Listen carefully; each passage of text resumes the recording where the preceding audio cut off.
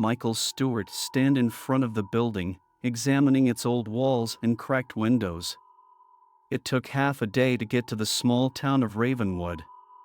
The old building looked like a witness to terrible events of the past. But Michael needed a change of scenery, trying to leave behind the pain and emptiness left by the tragic death of his wife Emily. He decided to entrust his fate to this place, despite the warnings of the locals. When Michael crossed the threshold of his new home, he felt an unpleasant presence, as if the air was saturated with dark energy. The evening light of the lamps illuminated the old walls, on which for centuries there had been a concentration of hidden secrets. The first unusual phenomena began the first night. Michael was about to drift off to sleep, but suddenly ominous rustling sounds coming from beneath the floor caught his attention. It seemed as if something unknowable was creeping into the bowels of the house. Michael's heart raced when he heard ghostly footsteps on the stairs. He jumped out of bed and rushed to the door to see the source of the sounds, but no one was there. Michael realized that his new home was hiding more than just dust and forgotten memories. Days and nights passed, and Michael couldn't shake the feeling of constant surveillance.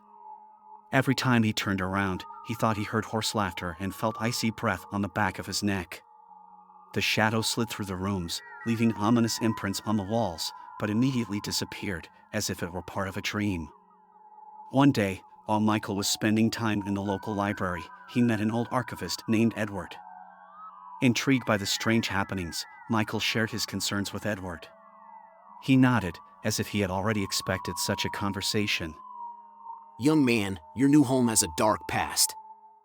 Edward spoke, looking through his thick glasses. Devoted to the city's archives, I know the history of every corner of Ravenswood. And your house, Michael. The great curse of those who formerly lived here. Edward finished the sentence. Michael raised his eyebrows, awaiting the continuation of this grim story. Edward rearranged some old books on the shelf and began the story.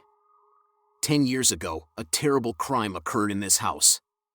The Fortune family was missing, and the bodies were never found. The local police searched in vain for answers, but the perpetrators remained unknown. The town was shaken by the incident, and rumors of a house curse began to spread. Michael clenched his fists, realizing that his intuition had not deceived him. He decided to find out more. The curse? Asked Michael. What exactly does it mean? What is the connection between the event and the shadow I saw? Edward frowned, as if choosing his next words cautiously. The curse is said to be connected to a dark cult that performed their rituals right in this house. They practiced magic and deadly rituals to attract the forces of darkness. And the rituals seem to have awakened an evil entity that has remained here ever since, bound to this place. Michael felt cold sweat drip down his back. Everything began to fall into place. The shadows, the strange sounds, the sightings all were the result of the ominous entity's awakening. What do I do, Edward? Asked Michael, clenching his hands into fists. How can I get rid of this curse and free my house? The old archivist stroked his gray beard and replied. Michael, you need to research the past, find the artifacts associated with the crime, and use them to perform the ritual. It is the only way to weaken the influence of the evil entity and banish it from your home. But be careful, Michael. This process can be dangerous and requires powerful magical knowledge. Michael took a deep breath and made a decision. He resolved not to give up in the face of evil and pursue his goal. Following Edward's advice, Michael began researching newspaper archives and local records of the missing Fortune family. He studied old articles, photographs, and eyewitness accounts.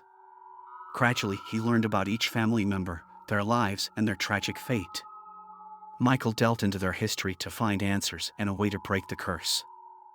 With his new knowledge, Michael began his journey through Ravenswood, searching for artificial that were related to the Fortune family and their disappearance. He visited abandoned cemeteries, visited places where the family frequented, and talked to residents who might know something important. As Michael found each artifact, he felt his power grow and his resolve strengthened. Family photos, old diaries, objects left behind all became clues to the mystery and the entrance to the world of the sinister entity. Michael spent his nights studying each artifact and preparing for the ritual. He consulted books on magic, studied ancient rituals, and consulted occult experts. He knew that he had to be careful and precise in every step, lest he fall under the influence of a sinister entity. For the coming evening, at the very peak of the new moon, Michael prepared for the decisive battle. He placed artifacts on the ancient altar, prepared the tools and spells necessary for the ritual. He lit candles, creating a warm glow in the gloomy environment, and began reciting ancient magical incantations gradually, the air filled with magic and the room filled with energy, as if awaiting some kind of transformation. Michael closed his eyes, concentrating on his goal and the power he was summoning. He felt an ominous shadow approaching, seeking to thwart him. The entity, malevolent and unwavering, manifested itself in front of Michael, standing directly in front of the altar. It radiated menace and sinister power, trying to force Michael to retreat. But he stood firm, not letting himself doubt. He took the first artifact in his hands and began to apply it according to the ancient instructions. Michael spoke the magical words, directing his power against the sinister entity. He felt his own energy combined with the power of the objects and the souls of previous victims. The entity wriggled and screamed, trying to resist, but Michael did not give up. He continued the ritual, gradually weakening the evil's influence. With each application of the artifact, Michael delved deeper into the history of the crime and the suffering associated with it. He saw the victims' faces, heard their voices, and felt their pain.